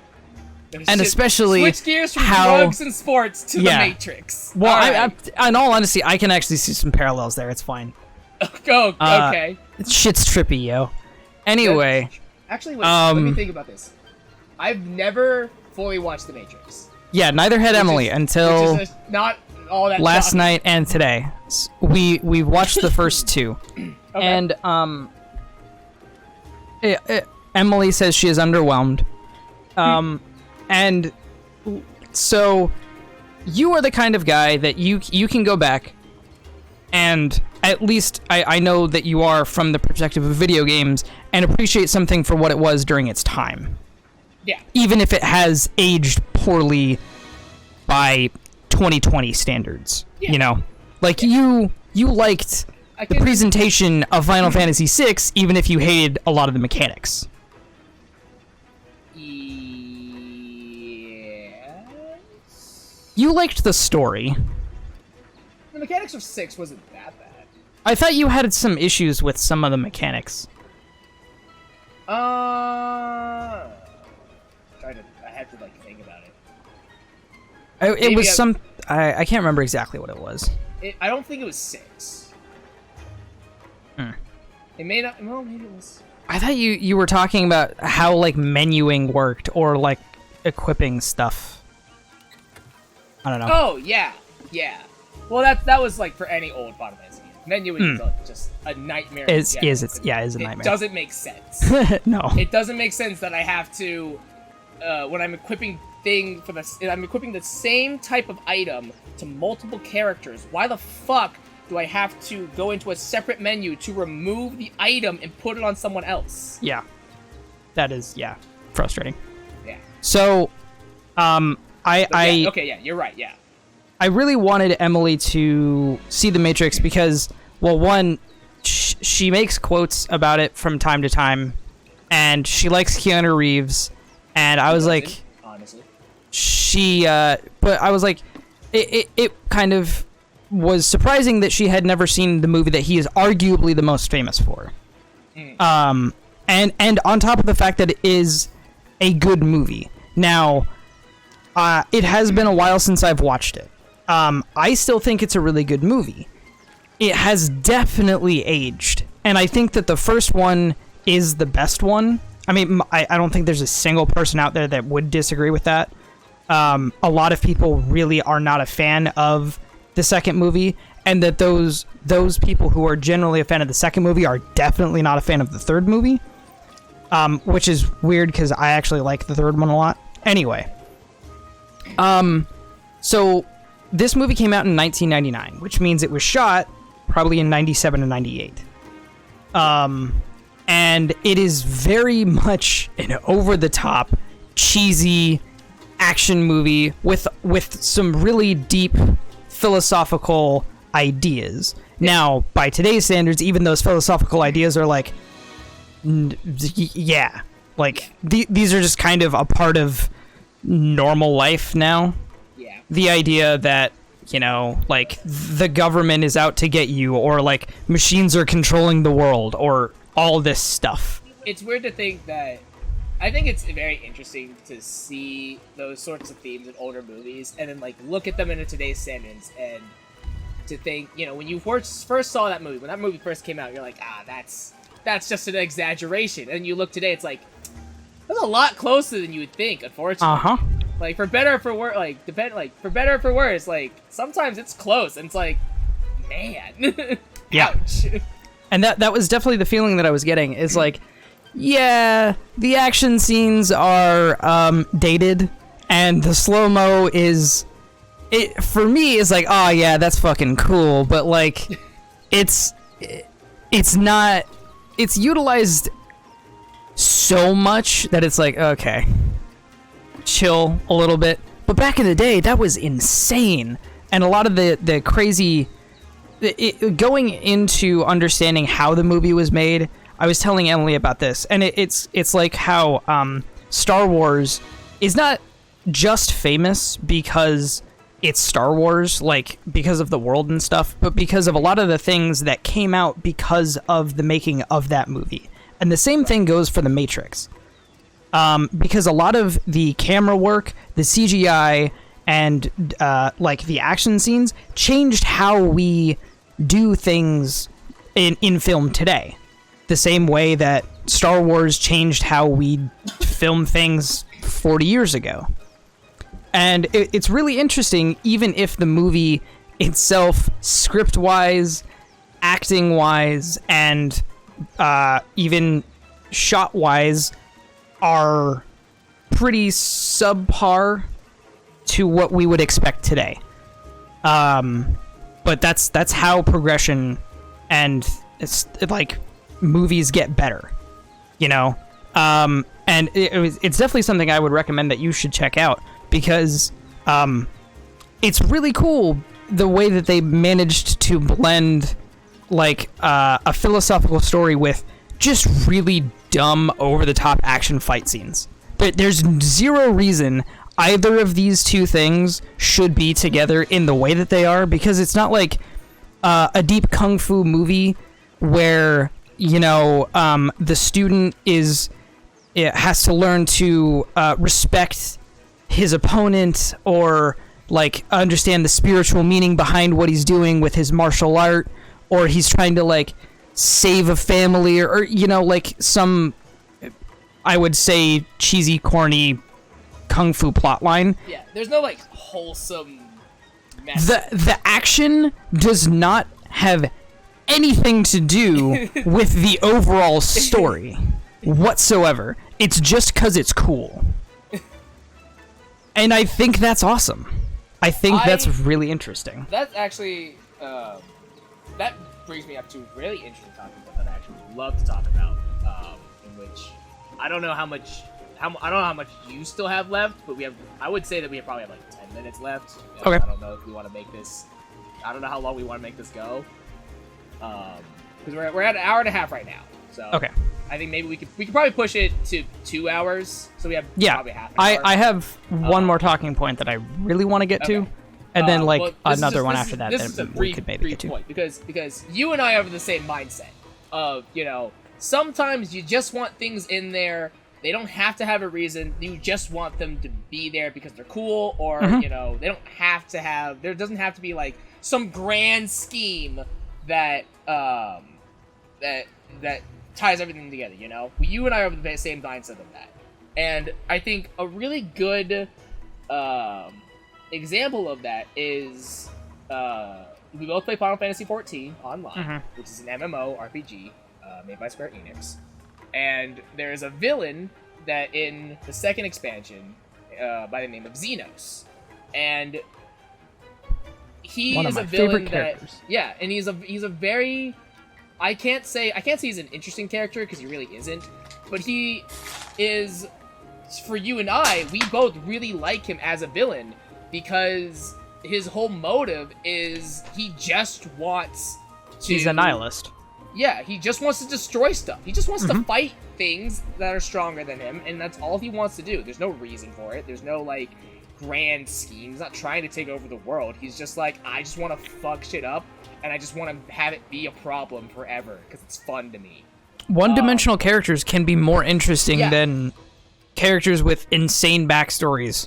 Yeah, and he's a I tend to like them a lot more. Yeah, he's a very, very one-dimensional character, and for a lot of people... I've heard that I've talked to, they don't mind him. He's not like the most interesting character, which I can agree with. But I like the fact that, like you said, one-dimensional characters can still be very, very compelling because, and I've said this in my 5.4 video on YouTube. But with a character that's so one-dimensional, I think what makes them, in my the way I argue is what makes them interesting to me is that it's because they keep you interested in wanting there to be a reason.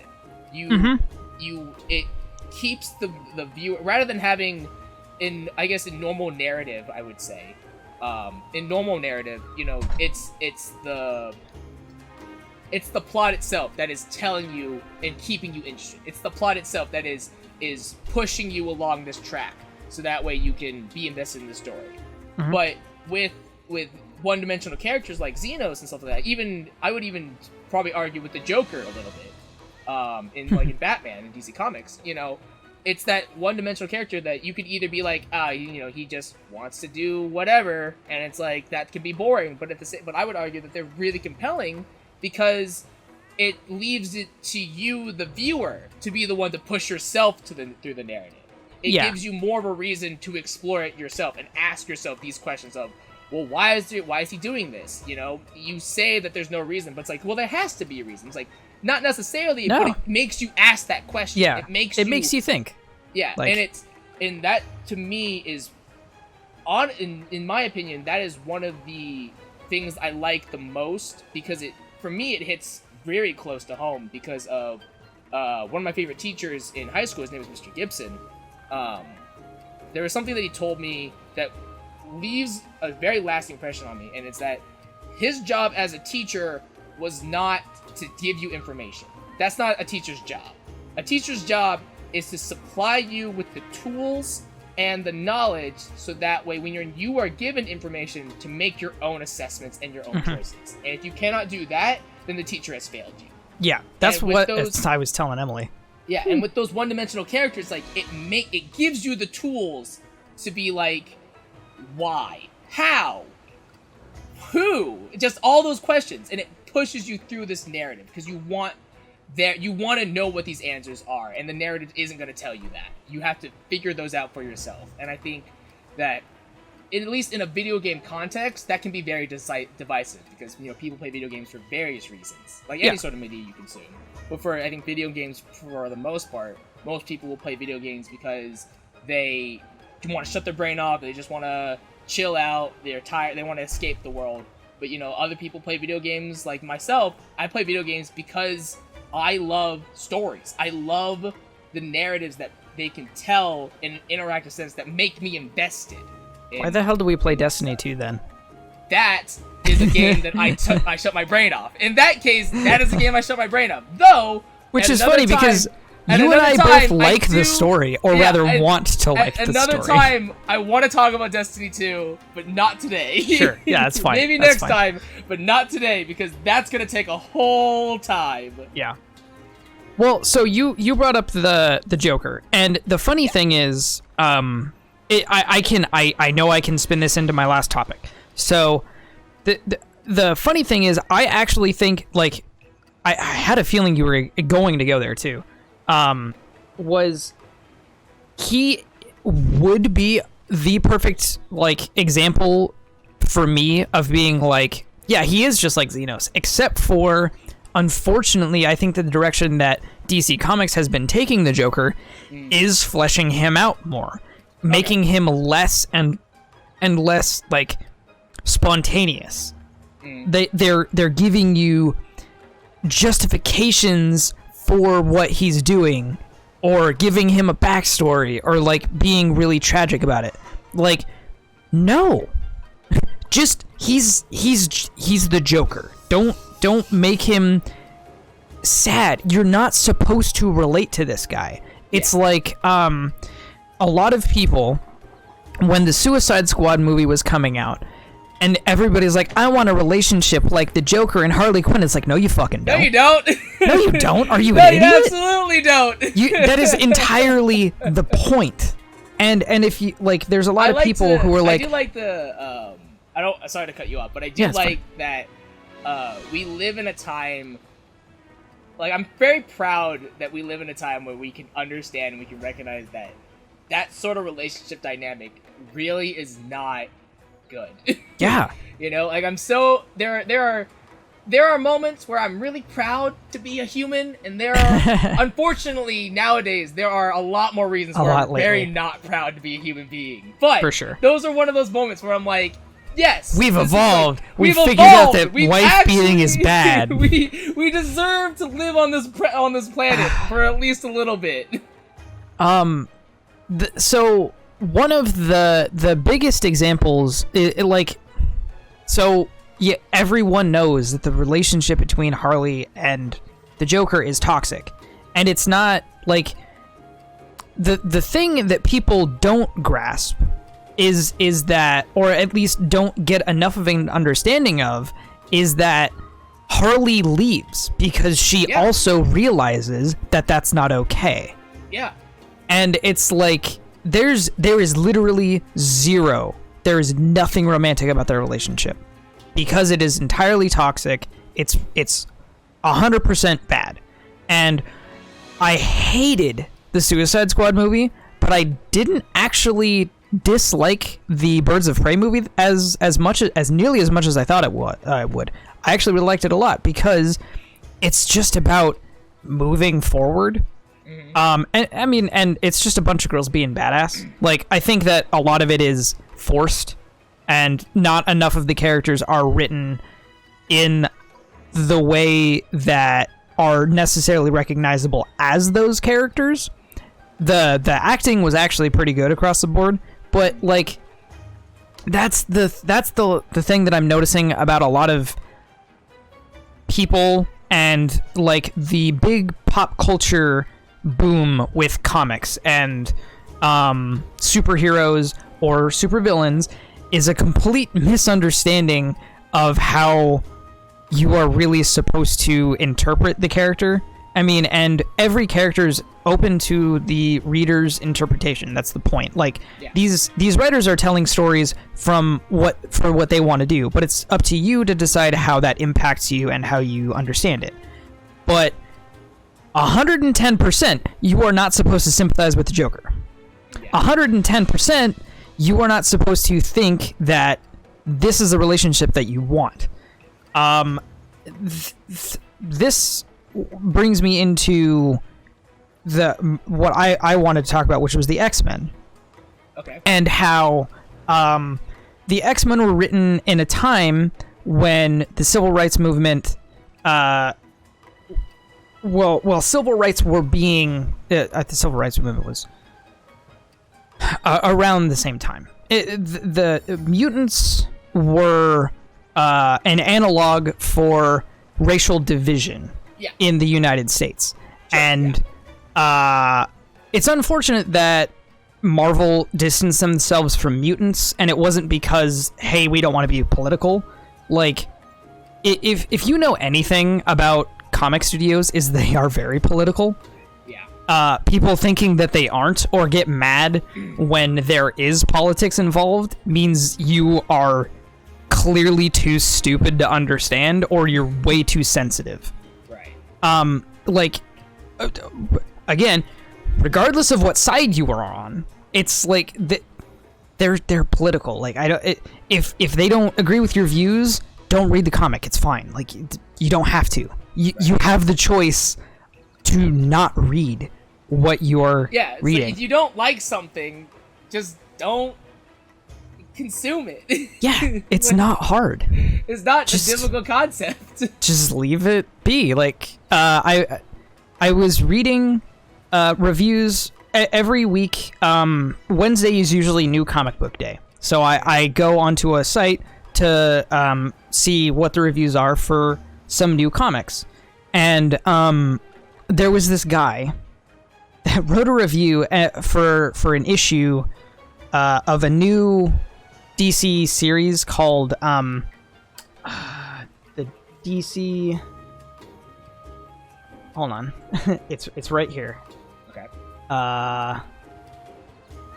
The Other History of the DC Universe, and I haven't read this, and as just from the blurb, it's talking about the synopsis for it is: before the new Teen Titans, there were the original Teen Titans in the tumultuous 1970s in an America that was very different than today, but in many ways all too familiar. The trials and tribulations of these young heroes were witnessed by two of DC's first black superheroes, Karen Beecher Duncan, better known as Bumblebee, and Mal Duncan, even if their versions of events are often at odds. So this is about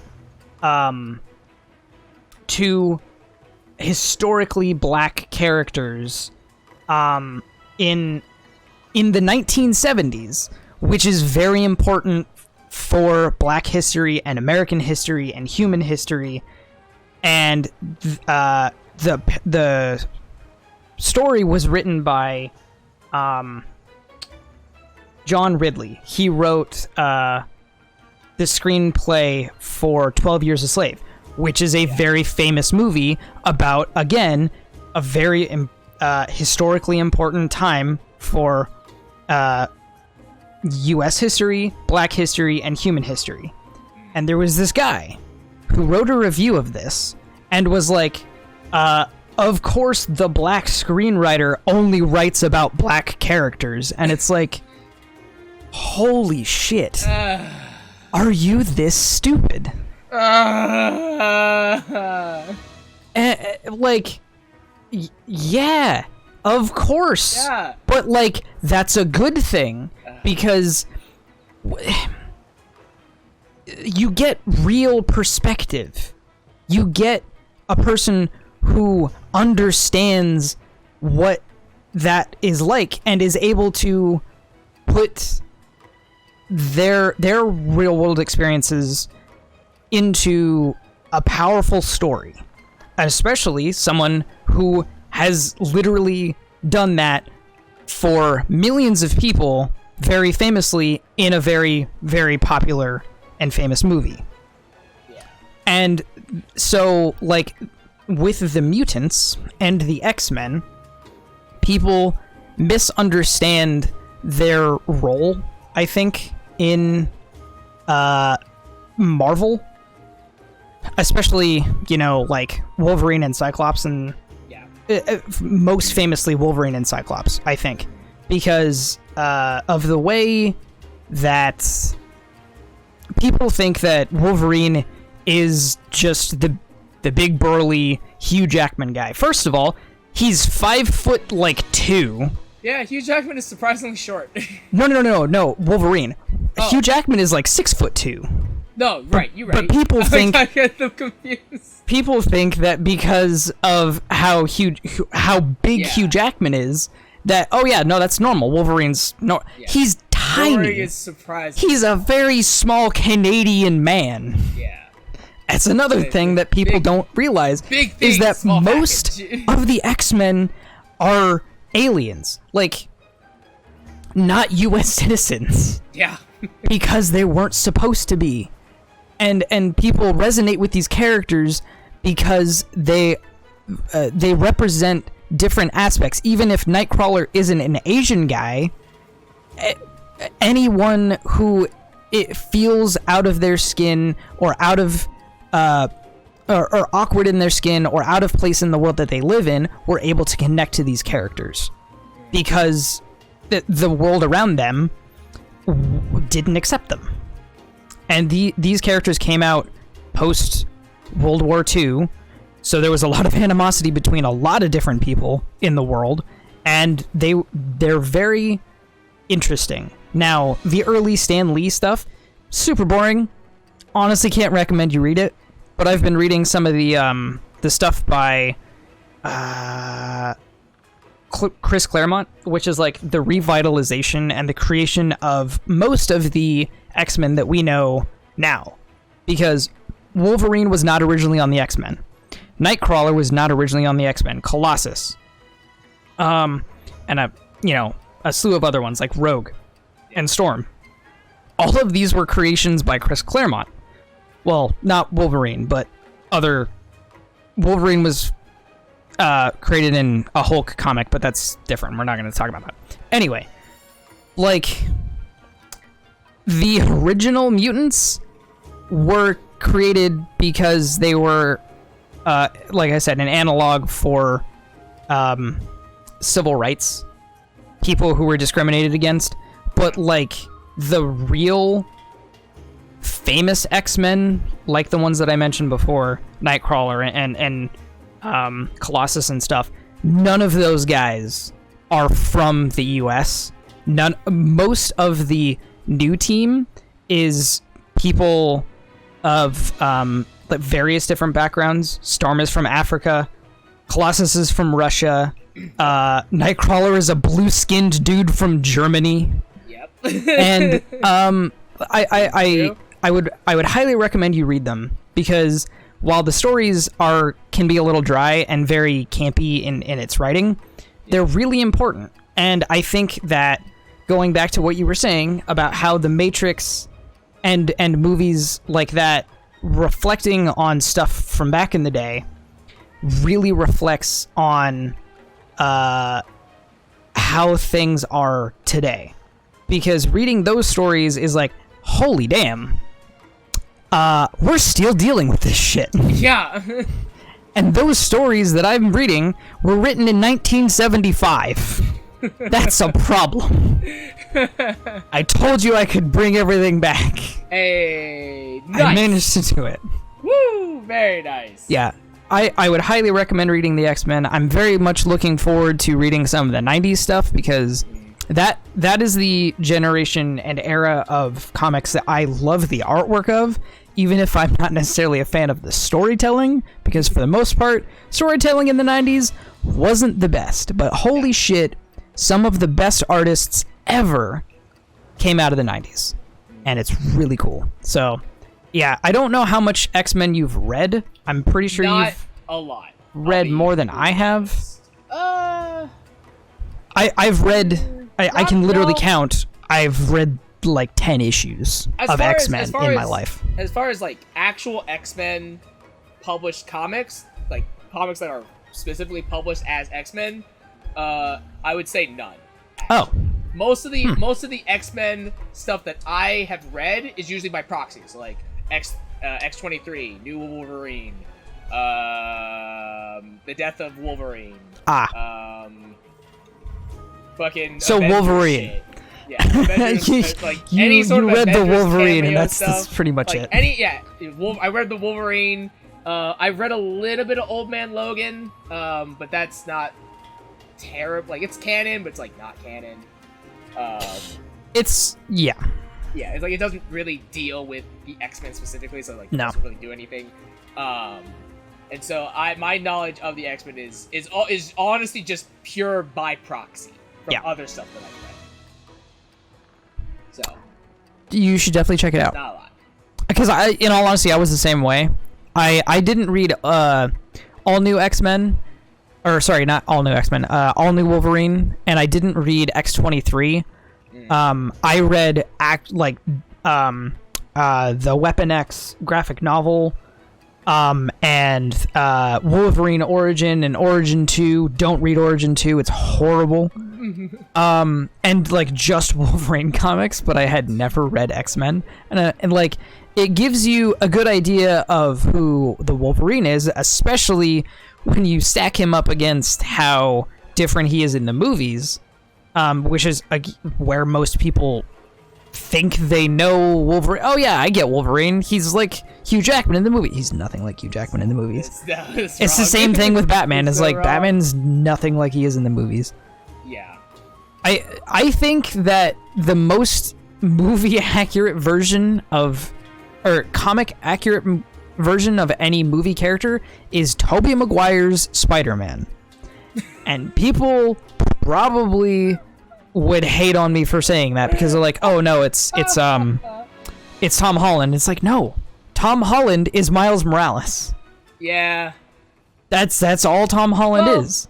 A little I would argue that Tom Holland is less Miles Morales nowadays. Granted, I haven't read How so?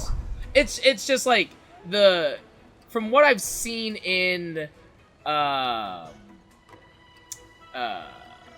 was it? Like I haven't read a whole lot of Miles Morales Spider-Man in a little while. I'm like I want to say I'm like actually like 3 or 4 issues behind now. But with the stuff that I've read up to that point, Miles has definitely like grown up more. Like he's like with Tom Holland, he's still definitely like teenager, young adult. Yeah, he's still the early Miles. Yeah, is kind of my thing. Yeah, I would say early Miles. Tom Holland. I'm not saying he's the current Miles because I know that he has changed a lot. He's changed universes. He's grown up a lot. But like I think that Tom Holland's Peter Parker is Peter Parker in name and skin tone only. Seriously. Yeah. Like he has his Asian best friend just like Genki. He was given his suit. He was given, well, he developed his own web shooter, so that's one thing. Miles didn't do that. But like his father figure is like Nick Fury, or even his or to Miles, like Nick Fury and the Prowler, or where you know Tom Holland's Peter Parker has Iron Man, and they both go the same way. Of if you look at it like the Prowler, his uncle died, in very much the same way, or not the same way, but in very much like the fashion that that Tony Stark died. And like I'm not hating on the movies, it's just people have a misunderstanding of how the comic characters actually work, or like because of the way that they are portrayed in the movies.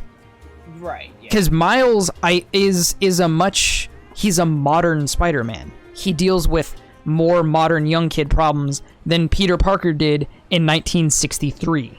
Right. Because Peter Parker in 1963 is nothing like any high schooler these days. Yeah. Because also, being nerdy and smart at this point is for some people popular. Yeah, it's And not that's nearly cool. as being nerdy and smart is not nearly as much of a joke as it was, 50 No, years ago. there's much less of a stigma about it. It's like, hey, like you get good grades, fucking good for you, dude. That's Hope awesome. you get into college. Yeah. Like you don't play sports, who gives a shit? Yeah. Only in Texas will you get made fun of for not making the football team. Because it's Texas, so like who cares? Yeah. Just kidding, Texas. We love you, sir. Yeah. Yeah. We like Austin and Dallas. Well, and yeah. wherever my packages come out of. I think that is the perfect way to end the return of the C Plus podcast. Guys, I hope you guys enjoyed listening to Hex and I talk about all of this other stuff. And yeah, we'll definitely be trying to do this probably every Wednesday. Try to get back into the swing of things and all that stuff. Like always, the episodes will come out. I'll try to get these out on YouTube at least 24 hours later, depending on how long it takes me to edit them and add them together and all that good stuff. But yeah, it feels good to come back to the C Plus podcast. If you guys have any subjects that you would like us to talk about, feel free to comment them down below in this video on YouTube. Comment them in our C Plus Discord. You can find the links on both of our respective Twitch channels, or just even at me on Twitter. Literally don't care. If you Please, people, come to my Twitter. give us stuff to talk about, so that way I don't have to do nearly as much work. But like always, though, my name is Shogun Shin. You, the audience, that is Hex Ginkgo as my co-host for the C Plus podcast, and we will see you guys next time. Bye, everybody.